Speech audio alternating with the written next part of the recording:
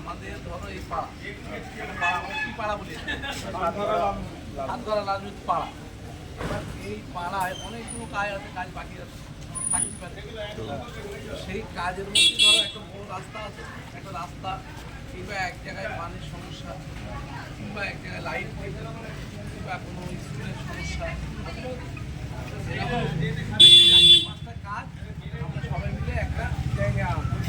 এবারে 4-5টা কাজের কোন কাজটা তোমার জরুরি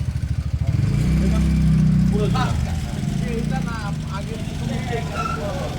পাড়া, ঠিক আছে?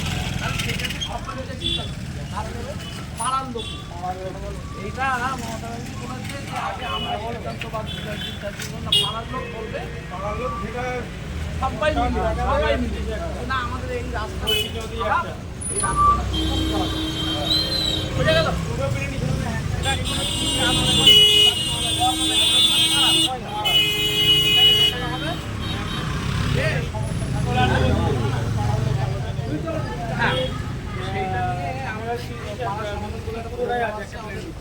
মুখ্যমন্ত্রী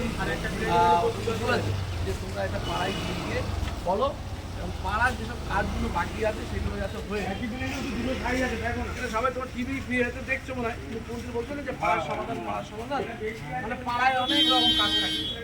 অর্থাৎ একজনের বাড়ির খুব অবস্থা খারাপ, ভাই এদের বাড়িটা পরিষ্কার করে দাও, তারপরে এই বাড়িটা